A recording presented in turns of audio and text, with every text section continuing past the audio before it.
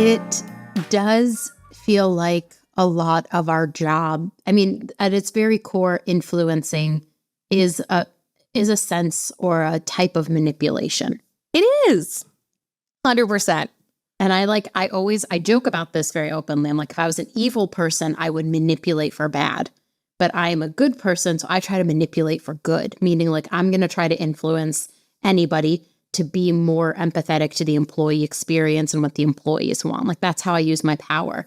But it can be very dark very quickly, where suddenly you find yourself spending most of your day just being a political person in an organization. And I find that very interesting because I don't love the drama. I'm the person who will just tell you to your face. Like, I'm not going to go gossip about you because I'm going to be like, here's how I feel about you to your face. It's been really hard in HR. Can't really do that very often. But the other piece of like the drama and the gossip is like this role of the politician in any organization.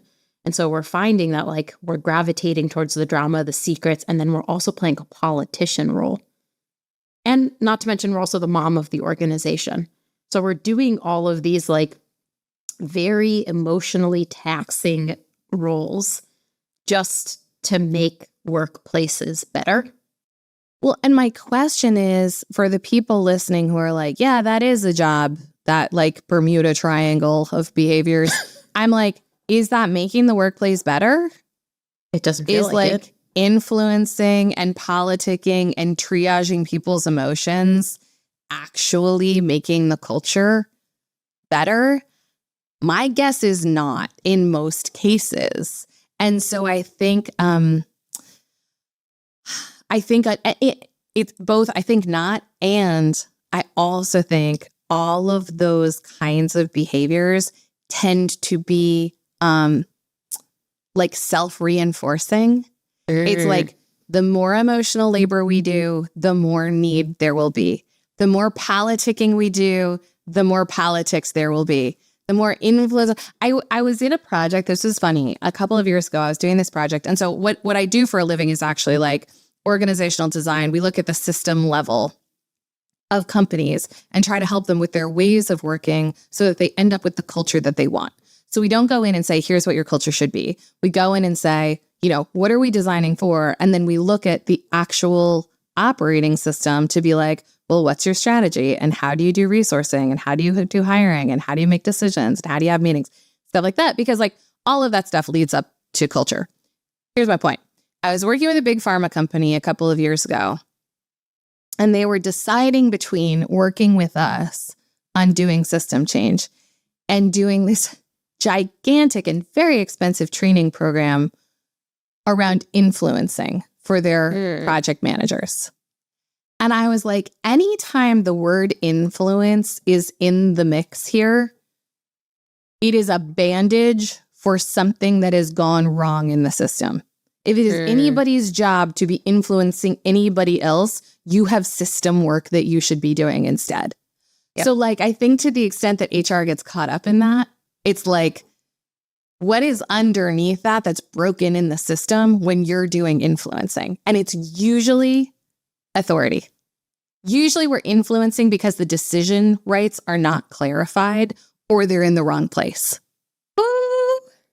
If I had $1 for every time I ask somebody who has the final decision-making rights here, I would not do this job because I would have already made billions, because I literally ask that question all the time. I even asked it recently where I was like, can we just have a decision matrix? Literally, I just need 2 columns. What the decision is, who needs to be notified, who has final say. Yeah. And if people could just learn to do that and even put it in JDs to say like this role has decision-making power over X, Y, and Z, a lot of the little silly things we do all day long would potentially disappear, and you could actually focus on doing the work that makes cultures better. 100%. And like in our company and in projects that we do, this is one of the shifts that always happens, is we go from monolithic job description to something that looks like a role description, and it has a very small number of sections. Purpose of the role, and I do mean purpose of the role, like why do we have this job here? 3 to 5 accountabilities, attendant decision rights. So what are the decision rights that you need to hold to deliver those accountabilities? Because if you have an accountability for a world-class compensation system and you don't have the authority to change the compensation system, that's fucking dumb. I'm laughing because I'm feeling really seen right now. But it's you so know what I true. mean? It's so Yeah. true. So what, you're supposed to go do all the research and come up with all the models and then bring it to a bunch of meetings where people say no? No, thanks. Yeah. Yeah. Yeah, I wouldn't want to do that either. But that is how I feel like most corporations are run. Oh, yeah. This is why HR has to adapt or die. Adapt or die. You heard it here first. I Sorry, know. I don't know. But here's the thing, Hebba, is like, again, I don't think people who are drawn to this job want it to be this way. You know, HR business partners self-report the highest rate of burnout of like any corporate job that there is. So it's like, I don't think we're all out there thriving and being like, this is what I dreamed of. You know what I mean? We hate it. Why do you think I hate it here is so popular? Because that's people why who work in HR, like, I fucking hate it here. Exactly. So like this idea that there is a status quo that's working and should be upheld, I just am like, y'all, why though? Like, why? We got to Burn stop. it down. Got to burn it down. Yeah. I think all HR, I hope all HR people listening, this resonates with them to a certain extent. Because I feel like every single HR person I have talked to recently is like fed up with the way we've always done things. But I think the hardest part is getting the buy-in then from the other leaders you work with, namely like the CEO and any founders that you have to deal with. Because I don't think the problem is HR doesn't want to change. I think the problem is other leaders don't actually understand this job with the level of nuance that we do and the impacts it can have on the people, the organization, the leadership, the culture.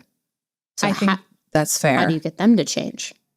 Okay, so first of all, I'm going to push back on you with all of the love in my heart because we're again starting from a place of being responsible for other people's thoughts rather than starting at home.